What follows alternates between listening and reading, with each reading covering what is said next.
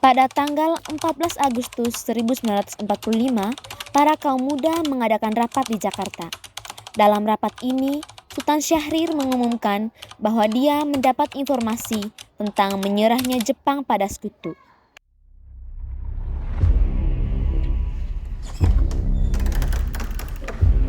Assalamualaikum.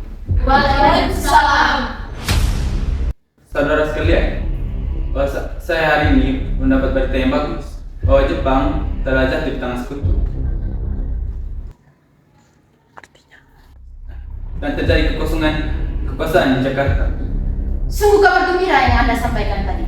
Tapi apa itu kekosongan kekuasaan? Jadi biar saya perjelas apa itu kekosongan kekuasaan. Jadi Jepang sudah tidak menguasai Indonesia lagi, dan Jepang telah jatuh di tangan Sekutu, dan Sekutu belum menguasai Indonesia. Baik, saya mengerti. Lalu apa yang harus kita lakukan untuk mengisi kekosongan kekuasaan ini? Bagaimana jika kita meminta Bung Karno dan juga Hatta untuk memproklamasikan kemerdekaan Indonesia secepatnya? Ya, saya setuju dengan itu. Kita harus segera memproklamasikan kemerdekaan Indonesia. Baiklah kalau begitu. Mari kita pergi ke rumah Bung Karno untuk membicarakan hal itu. Rapat pun diakhiri dan mereka pergi ke rumah Soekarno dengan maksud memberitahu Soekarno akan keinginan para kaum muda ini. Waalaikumsalam. Permisi Bu, apa Bung Karno ada di dalam? Kami ingin bertemu dengannya. Oh, ada. Bapak ada di dalam. Memangnya ada keperluan apa ya? Begini Bu, ada hal yang ingin kami bicarakan. Oh, kalau begitu silakan masuk.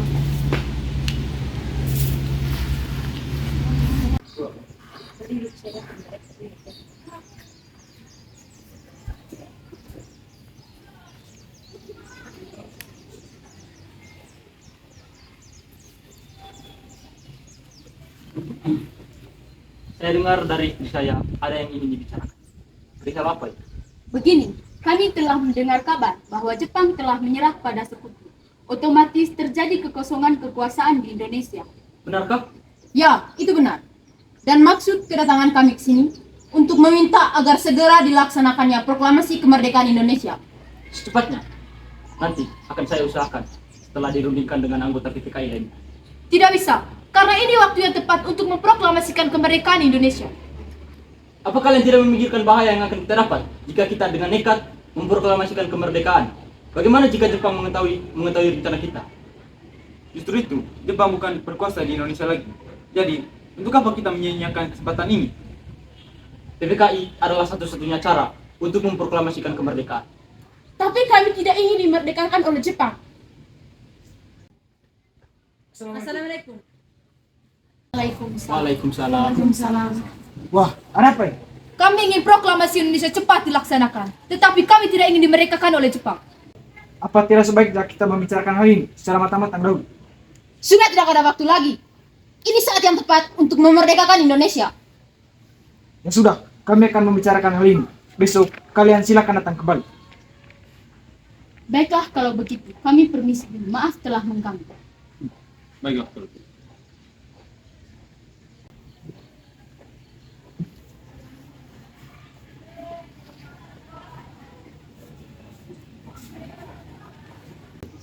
Apa sebenarnya yang terjadi? Begini, mereka datang dengan membawa berita bahwa Jepang telah menyerah dengan Sekutu. Dan mereka ingin kita untuk secepatnya memproklamasikan kemerdekaan. Apa? Bukankah seharusnya kita adakan dulu sidang PPKI sebelum kita melakukan proklamasi kemerdekaan Indonesia? Tapi mereka mendesak kita untuk melakukannya secepat mungkin. Lantas, apa yang akan kita lakukan? Sedangkan para pemuda terus mendesak kita. Kebenaran berita tersebut pun masih diragukan. Jadi, kita akan mengikuti kemauan mereka atau tidak? Tidak. Baik kalau begitu. Pada malam harinya, pukul 12 malam, menjelang tanggal 16 Agustus 1945, para kaum muda kembali mengadakan rapat di Cikini dan merencanakan untuk mengasingkan Soekarno bersama Muhammad Hatta. Sekarang apa yang harus kita lakukan sementara kaum tua enggan mengikuti keinginan kita? Bagaimana kalau kita mengasingkan Bung Karno dari Muhammad Hatta dari Jakarta agar terlibat dari Jepang? Tapi kemana ya? Bagaimana jika ke Rengas Dengklok saja? Di sana keamanannya terjamin. Iya bagus, saya setuju dengan itu. sudah. Para kaum muda Assalamualaikum. pergi ke rumah Soekarno untuk mengajaknya Oh iya, dan Bu, betul Muhammad sekali. Hatta ke Rengas Dengklok. Ada apa ini? Kenapa tengah malam gini kalian susah-susah datang kemari? Ada hal penting yang ingin kami bicarakan. Sebelumnya, maaf telah mengganggu istirahat Anda. Maksud kedatangan kami ke sini karena kami diutus untuk membawa Anda keluar kota. Memangnya kemana? Keravang. Kalau kami tidak mau, Maaf Tuan, ini bukan saat yang tepat untuk berdebat. Ini sangat penting. Baiklah. Tunggu dulu. Sebelum itu, izinkan saya berpamitan dulu.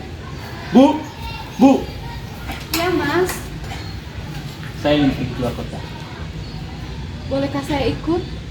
Akhir-akhir ini saya merasa akan terjadi sesuatu yang tidak enak tentang kamu Mas. Baiklah. Maaf, apakah sudah selesai? Kita harus cepat pergi. Ayo, mari.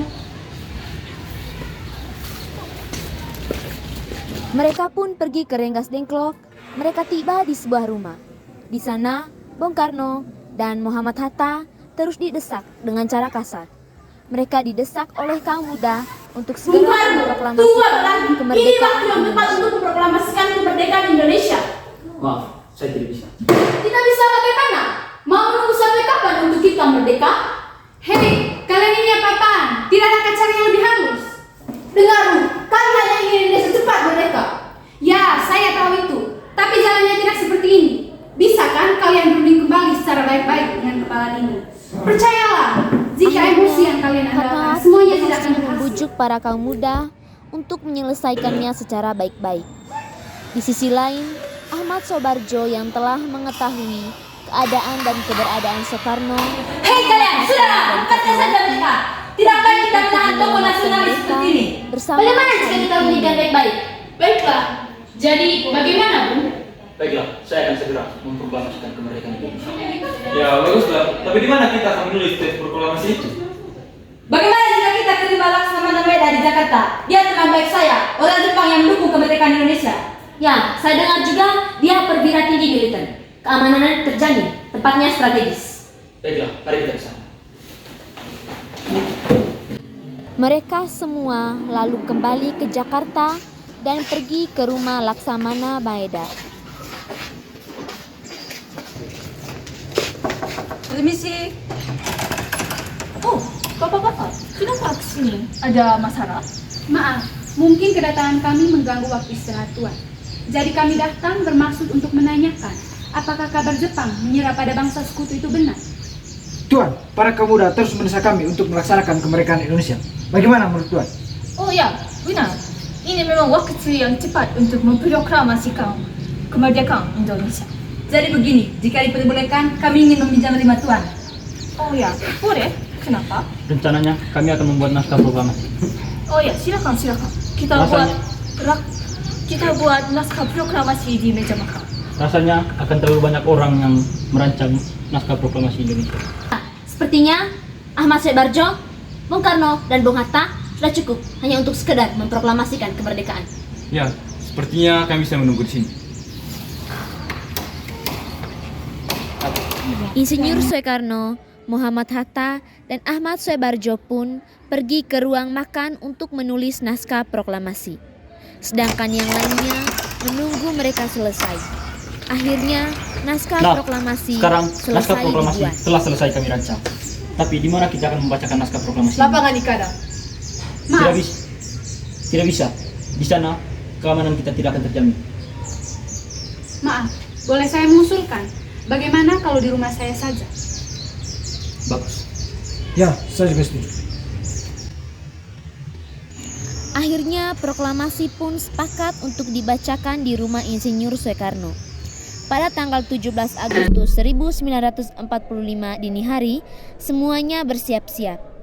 Di saat semuanya sedang sibuk, Suhut tiba-tiba datang menghampiri Bung Permisi Karno. Tuan, apakah ada proses pengibaran bendera merah putih?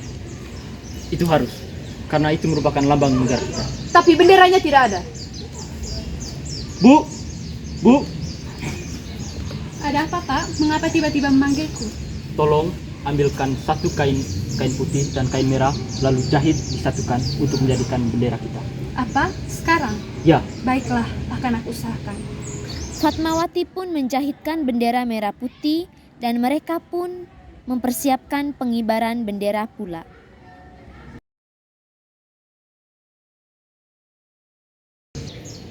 Maaf Bung, apakah acara proklamasi sudah bisa dimulai? Ini sudah jam 9:45. ya, mari kita coba.